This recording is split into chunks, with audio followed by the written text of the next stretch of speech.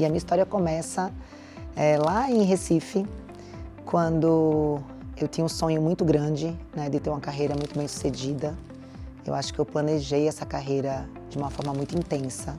Então, eu sabia o que eu queria ser aos 25 anos, aos 30 anos, aos 35 anos.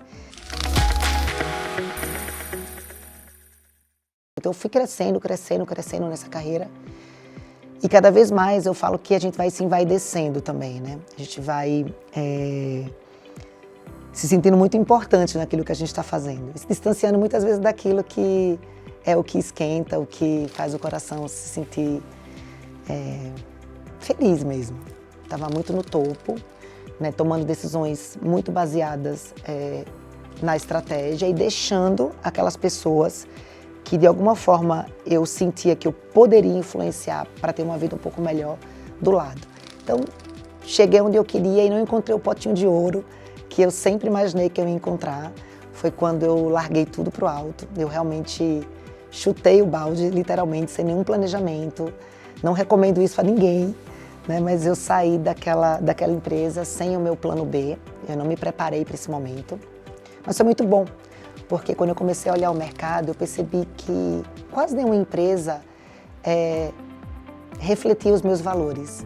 Né? Quase nenhuma empresa que eu olhava tinha essa conexão tão forte que eu tinha com as pessoas, né?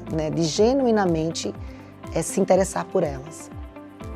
Foi quando, na época eu sou bem workaholic, gente, então meu marido estava trabalhando ele era consultor de estratégia de empresas, trabalhava numa grande consultoria e estava prestando consultoria para uma marca de moda. E um mês em casa, já meio que, nossa, né, eu não aguento mais ficar aqui. Falei, dá aqui uma planilha que eu preciso fazer alguma coisa. E ele me entregou lá umas planilhas e tal. E eu percebi uma linha muito específica. Essa marca, ela comprava uma lingerie a 37 centavos de dólar e vendia aqui no Brasil a R$90. Eu olhei e falei, gente, esse negócio é muito gigantesco, né? A indústria da moda é muito grande, os markups, né, como a gente fala, eles são inimagináveis. Eu quero estudar essa indústria. E comecei a ler todos os livros, a assistir todos os documentários, tudo que eu podia ter acesso a essa indústria, eu fui ali, né, tentando consumir o máximo possível. E eu percebi, na verdade, a antítese, né, desse glamour que se tem nas passarelas, né? Hoje eu acho que é mais fácil as pessoas perceberem o que está por trás da indústria, porque hoje as mídias sociais escancaram muita coisa, mas antes isso era uma situação muito velada. Mas aquilo, ao invés de me deixar triste, me deixou eufórica. Eu falava, gente, mas será que não é possível um modelo de negócio dentro da indústria da moda que pudesse ser responsável socialmente, que pudesse não destruir, né, na parte do ambiental, ou seja, não utilizar matéria-prima virgem, né, utilizar recursos que possam ser reaproveitados. Ali há 10 anos atrás eu já sonhava, né, em ter essa marca, né, esse modelo de negócio que pudesse ser boa para o planeta e boa para a sociedade. Então, dali nasceu uma marca chamada Joaquina Brasil, foi minha primeira grande empreitada de vida. E eu sonhava muito grande com ela, eu queria que ela pudesse influenciar outras marcas também a fazer moda, né, mas com respeito. Então a gente utilizava 100% da matéria-prima que a gente chama de rejeito, ou seja, essa matéria-prima que a indústria despreza, e aí eu queria trabalhar exatamente com esse tecido que era rejeitado. Então fiz muitas articulações, eu sou uma pessoa super determinada, assim, pus isso na minha cabeça, então fui atrás, onde é que eu ligava para as pessoas, ia nas indústrias e eu conseguia comprar essa matéria-prima antes, né, dela ir para descarte, ou seja, evitar esse descarte dela. E dali a gente criou um modelo de negócio, lancei essa marca numa feira no Rio de Janeiro, super feliz, glamurosíssima, né, saímos com um caderninho cheio de pedidos. 2, 3 dias depois desse episódio, eu estou andando aqui próximo de um shopping e eu esbarro com uma pessoa que eu já conhecia. Eu sempre falo isso, né? Quando a gente não acha o nosso propósito acha a gente. E eu sei que aquele dia foi um divisor de águas na minha vida. Eu esbarrei com o Betinho, ele tem um trabalho lá na Rocinha, a ONG chama AfroReg, ele trabalha com muita musicalidade, e eu tinha feito um projeto voluntário no passado, né, com eles lá na Rocinha. E a gente tinha trocado já telefones, tinha feito alguns projetos depois. E ele estava aqui em São Paulo trazendo um projeto chamado Segunda Chance. Esse projeto ele empregava, né, detentos do sistema prisional, né, dando oportunidade para essas pessoas de segunda chance. E aí a gente foi criando nossa própria metodologia, entendendo que uma mulher já experiente junto com uma aprendiz poderia dar certo. Então ali a gente começou a criar uma primeira dupla, depois veio outras mulheres egressas do sistema prisional, vieram outras, e quando a gente viu, a gente estava com uma produção ali já com 5, 6, 7 mulheres, todas egressas do sistema, e ali criando também nossa metodologia. Nos primeiros 2, 3 anos, já todo o meu dinheiro que eu tinha guardado da minha vida inteira já tinha ido embora, nessa história inteira, e eu ali lutando e tal. Também percebi coisas muito relevantes, né? Essas mulheres, aqui tem um parênteses muito importante, né? Essas mulheres, elas têm periculosidade muito baixa, né? Eu sou apaixonada por essa causa, não simplesmente porque a gente entrega trabalho, mas por entender que quando a gente impulsiona uma mulher como essa, eu estou transformando a realidade de todo o entorno dela, né? Principalmente dos seus filhos. Geralmente o retrato dessas mulheres são 3 ou 4 filhos, 80% delas sequer concluíram o ensino médio, então elas têm poucas empregabilidades, mesmo sem ser egressas do sistema. Imagina uma pessoa que hoje não concluiu o ensino médio e ainda por cima tem um X nas costas, né, saindo do sistema prisional. Então a chance dessas mulheres no mercado é muito baixa. Estima-se que apenas 2 ou 3% delas consigam um emprego formal. Mas quando essa mulher ela é transformada, impulsionada, a gente corta ali um círculo vicioso, não só da criminalidade, mas de levar a oportunidade para essas 3, 4 crianças que têm ali a mãe como base, como pilar, né? Geralmente essas mulheres são arrimo de família, né? Então não só os filhos, mas às vezes a mãe, a tia.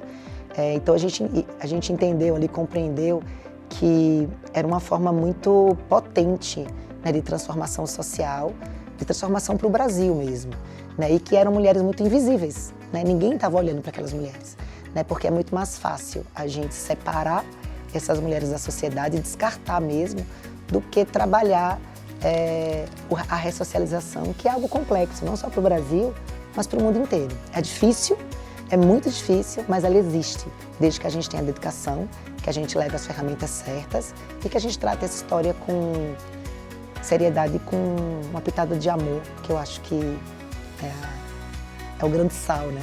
A cereja do bolo dessa história inteira. Então eu entendia que essas mulheres, elas chegavam sem nenhum tipo de conhecimento prático do mercado de trabalho. E eu queria ir além, porque existe uma estatística que a reincidência na criminalidade, ela ocorre com até 75 dias que essas pessoas ganham liberdade. Então eu queria trabalhar essas mulheres ainda dentro do sistema, levando esse conhecimento que a gente tinha adquirido enquanto ela estava lá dentro, porque a minha chance de fazer essa mulher não reincidir era maior. E ali naquele núcleo a gente começou, né, a colocar a nossa metodologia, a azeitar mesmo essa metodologia, fazê-la se tornar algo que pudesse ser replicável para outros lugares. E a gente chegou a ter 5 lojas, né, lojas de varejo. Como eu falei no início, a gente começou como uma marca, né, de moda, chamava Joaquina Brasil. A gente chegou a ter 5 lojas. E eu vou contar para vocês que talvez de todo esse meu momento de empreendedorismo, esse tenha sido uma das partes mais difíceis, né? Eu tinha tanta convicção de que aqueles produtos era a materialização de tudo que era bom na sociedade, ou seja, usar produtos tecidos que iam ser descartados, dar oportunidade de profissionalização e de renda para aquelas mulheres. E ali criar um produto que não fazia sentido nenhum uma pessoa não se apaixonar por isso. E ele estava aqui em São Paulo trazendo um projeto chamado Segunda Chance. E ela estava desesperada ali pedindo um emprego. Ela desesperada pedindo emprego e eu desesperada com o desespero dela ali. E eu não tive dúvida. Eu perguntei, você sabe costurar? Ela falou, não. Você quer aprender? Ela falou, agora. Eu falei, você está contratada. Só que talvez a gente estivesse muito de vanguarda, assim, a gente estava muito na frente. E a gente sempre deixou nossas causas muito aparentes, né? Então sempre foi muito dito, né, a origem daquela peça e onde ela tinha sido costurada. E muitas vezes algumas pessoas chegavam na loja e falavam, nossa, mas feita de resíduo, né? Sem entender o que é um resíduo. Costurada dentro de um presídio, né? Tipo, tem uma certa resistência. E era muito difícil, né? Tinha, assim, tinha ativistas, né, que amavam aquela ideia, mas o grande, né, o grande mercado consumidor ainda não tinha percebido, né, a importância de um produto como esse. E eu tentei tudo, tentei investimento, investidor, saí fazendo todas as manobras que eu podia, fiz todos os empréstimos que eu podia. E chegou um dia, me lembro até hoje, dia 19 de junho de 1919, a gente teve que fechar todas as lojas. Então foi um dia muito difícil, eu não consegui fazer isso, particularmente. A Luciana, que está comigo desde o começo dessa trajetória, e o meu marido na época, foram fechar as lojas porque eu não tinha coragem de olhar nos olhos das vendedoras e falar: o sonho acabou. Então eles voltaram de madrugada, quando voltaram eu estava literalmente pequenininha ali, né, chorando, mas veio uma resiliência maior do que tudo ali. Eu falava: olha, a gente fechou as lojas, mas eu não vou fechar o presídio. Ali a gente já tinha mulheres que pagavam faculdade de filhos aqui fora. Ou seja, aquela renda que aquelas mulheres ganhavam, recebiam ali, era a mudança social, talvez que ela nunca teve acesso a isso, né? As pessoas costumam falar que a gente entrega uma segunda chance, né? Eu falo que é a primeira, porque se essas mulheres tivessem essa oportunidade antes, talvez não tivesse recaído aí, né, na criminalidade. Enfim, não fechei, veio um monte de processos, um monte de dívida, um monte de situação, até culminar talvez um dia mais difícil da minha vida, que eu perdi literalmente a minha casa. A minha casa era a garantia dos shoppings, e de uma forma muito rápida, muito sem nem contrapartida nossa, né? Acabou que a gente perdeu ali, né? Minha família, enfim. Então não era só um recomeço do negócio, era um recomeço de vida mesmo. A gente usava o recurso, né, financeiro familiar ali para deixar aquele negócio vivo. E aí também numa atitude muito, eu falo que nasceu a Fospes, assim, a gente foi de um desespero, não foi de um planejamento. Eu vim do mercado corporativo, como eu contei inicialmente, então eu tinha muitos conhecidos, tinha um network grande. Eu, numa atitude muito rápida, eu liguei para uma pessoa que estava abrindo uma grande marca de chocolate, que tinha sido um par meu na Natura. Eu falei: olha, você não quer fazer embalagens com tecido? Eu tenho muito tecido aqui.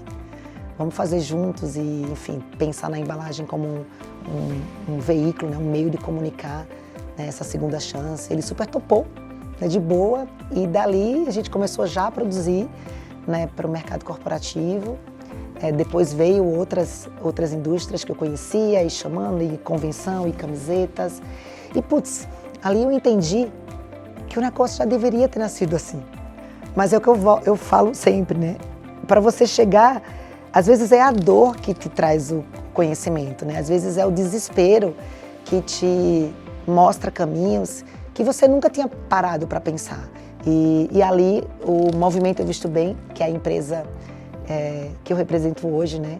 Ela nasceu. Naquele ano de 2019 foi a primeira vez que em dezembro eu lembro que eu paguei todo o salário da empresa, das meninas do presídio e quem estava fora, sem precisar usar recursos da nossa pessoa física, então eu estava muito feliz. A empresa, obviamente, não dava lucro ainda, mas ela não sugava tanto, né, a nossa vida pessoal. E veio janeiro, veio fevereiro e 19 de março de 2020 veio a pandemia. Eu estava dialogando com todas as marcas de varejo, ou seja, de empresas que vendiam no varejo, ou seja, faziam os produtos para o varejo, e a gente tinha alguns projetos que foram todos cancelados, né? E ali, de novo, eu me vi, gente, não é possível que eu passei por tudo que eu passei agora, e eu vou fechar isso aqui agora, depois de tudo isso, depois de ter reinventado tantas vezes, ter mudado tanto o modelo, e agora é algo que não está sob o meu controle, né? Eu não tenho como controlar isso. Nesse momento vem de novo, né, aquelas ideias mirabolantes, frutos do desespero de não morrer, e vamos fazer máscara, né? Vamos fazer máscara, que era o que a gente conseguia fazer, e eu tinha um desespero gigantesco, porque os presídios fecharam e a gente não conseguia saber o que as meninas estavam fazendo lá dentro, né? Se elas estavam bem, se não estavam vivas, né, literalmente.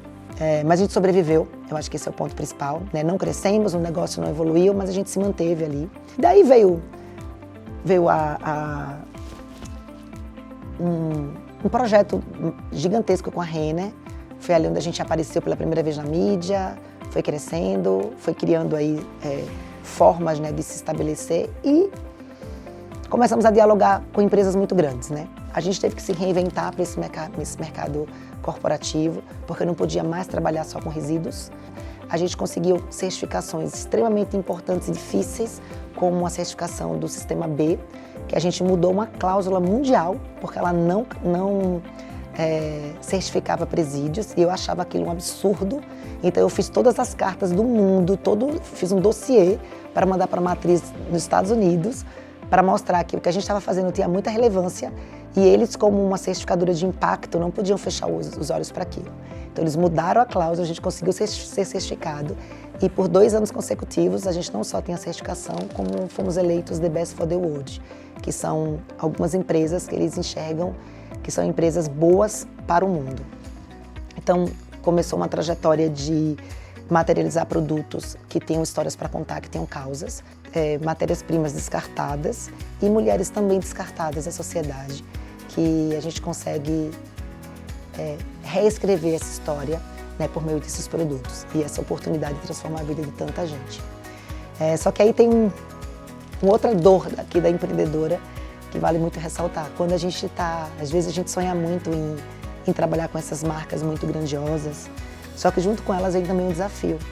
Essas empresas, essas marcas têm políticas de pagamento muito elásticas, né? Até pelo tamanho delas, geralmente o sistema de pagamento acontece em 60, 90, 120 dias. E a gente começou a só fabricar para essas marcas. E capital de giro, e caixa. Como é que a gente faz para financiar uma empresa como essa, né?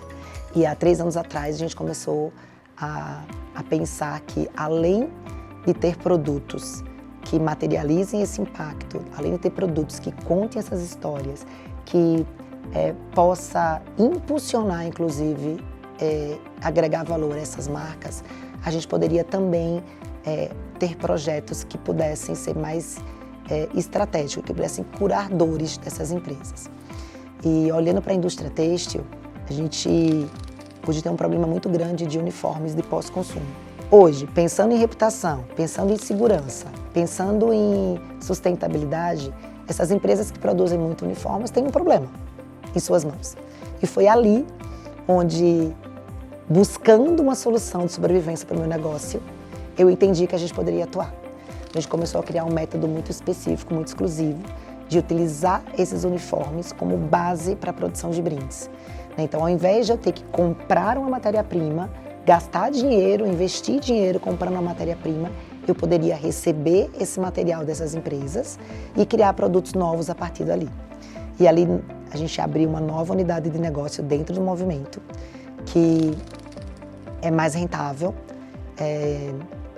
me permite ter mais fôlego financeiro e também me permite ser mais estratégica dentro das empresas, porque agora elas não querem só contar a história, elas querem contar a história, mas resolvendo um problema que elas têm. Então, esse contexto todo é apenas para trazer que numa jornada empreendedora de, por exemplo, 9, 10 anos que é a minha, tudo que eu planejei lá 9, 10 anos atrás é totalmente diferente do que eu estou fazendo hoje. Mas perceber essa sutileza de que qual é a dor do meu negócio e como eu posso achar soluções, mesmo que isso me faça abrir mão daquela convicção que eu tinha absoluta sobre algum tema, né? É sobre sobrevivência, né? Empreendedorismo é sobreviver, mas quando você encontra a sua rota certa, quando você encontra o caminho certo, eu acho que é onde você olha para trás e fala, valeu a pena. Para contextualizar um pouco vocês, hoje já passaram mais de 1.000 mulheres dentro do movimento Eu Visto Bem. A gente costuma se orgulhar muito dos nossos resultados. 87% dessas pessoas não voltam a cometer delitos, né? Isso só comprova que oportunidade, trabalho, renda é o melhor programa social que existe, né? A gente consegue hoje reutilizar centenas de toneladas de tecidos por ano, né? Ressignificando essa matéria-prima e materializando impacto com vida, com beleza, com design, né? Então, eu acho que olhar hoje o Movimento Visto Bem como uma empresa curativa é o meu grande orgulho. é minha grande razão para acordar todos os dias super motivada. E às vezes as pessoas me perguntam, essa resiliência toda vem de onde? Eu acho que vem da paixão e da crença convicta de que esse é meu caminho. Eu ainda não sei, de novo, como é que vai ser o fim dessa história, mas eu tenho certeza que essa é a minha história. Quando a gente pensa e fala em ressocialização, não é só uma força-tarefa, é uma vontade. Né? A gente também aprendeu como fazer isso. Né? Hoje as meninas elas possuem um currículo super robusto, né? A gente chama no currículo psicossocial, onde ela tem metade do tempo dela dedicado à profissionalização. Então esse currículo ele é muito potente, a gente conta com profissionais assim, muito, não só com conhecimento muito expressivos, mas com uma boa vontade, uma dedicação assim acima da média. E quando a gente pensa que a gente está devolvendo para o mercado de trabalho uma série de mulheres e com X nas costas, é impossível não pensar no Sebrae, né? Porque a gente está falando que são mulheres que deveriam caminhar com suas próprias pernas, né? Assim, a base ali do currículo que ela recebe nas penitenciárias, ele é um currículo curativo, digamos assim, mas tem muita estrada para construir, muita estrada por vir. Eu sempre falo isso em relação ao Sebrae, porque realmente é a minha visão mesmo sobre a instituição. Falo que a melhor pessoa para nos dar um conselho na vida é nossa mãe. Né? A gente tem certeza que talvez ela nem tenha conhecimento, mas ela é a pessoa mais adequada para nos colocar no lugar certo, no momento certo, puxar nossa orelha, construir nossos caminhos, porque a gente tem certeza que ela quer o nosso bem. Eu falo que o Sebrae é uma grande mãe. Né? Se você tem um sonho, um desejo de empreender, né? O Sebrae tem uma potência de conhecimento e de portas, né? Que vai encurtar esse seu caminho de quebrar a cara. Talvez se eu tivesse conhecido o Sebrae lá no começo, eu tivesse visto, né, algumas portas que elas são óbvias para mim hoje, mas não eram óbvias naquela ocasião. Então a gente está pensando aí em mulheres que estão voltando para essa vida ativa no mercado de trabalho. A gente já tem projetos construindo aí com o Sebrae para virar aí um grande fomento de empreendedoras, né? Principalmente quando a gente pensa que essas mulheres podem se formalizar, como é que o Sebrae consegue, né, apoiar essas mulheres. Não é tão fácil, mesmo, né, com todo o currículo delas, mesmo dentro de uma profissão, na costura, não é tão fácil você conseguir uma vaga no mercado de trabalho, porque já não é para quem não tem passagem no sistema prisional. Mas quando a gente pensa, por exemplo, numa costureira, que hoje o mercado precisa tanto dessa profissional, né, em vários setores, quando a gente pensa em cooperativas, se juntar e fazer uma microempresa, o Sebrae hoje é a nossa, digamos, nosso complemento. Imagina que a gente deixou essa mulher pronta e entrega aí para o Sebrae para que ele possa complementar com todo esse conteúdo do empreendedorismo. Então, eu não tenho a menor dúvida de que a gente chegou onde a gente chegou, né, porque a gente tem muitos parceiros, tem pessoas que apoiam o nosso projeto, mas acima de pessoas a gente tem instituições que são detentoras de conhecimento gigante no Brasil e que sem eles, certamente a gente não tinha criado a metodologia que a gente criou hoje.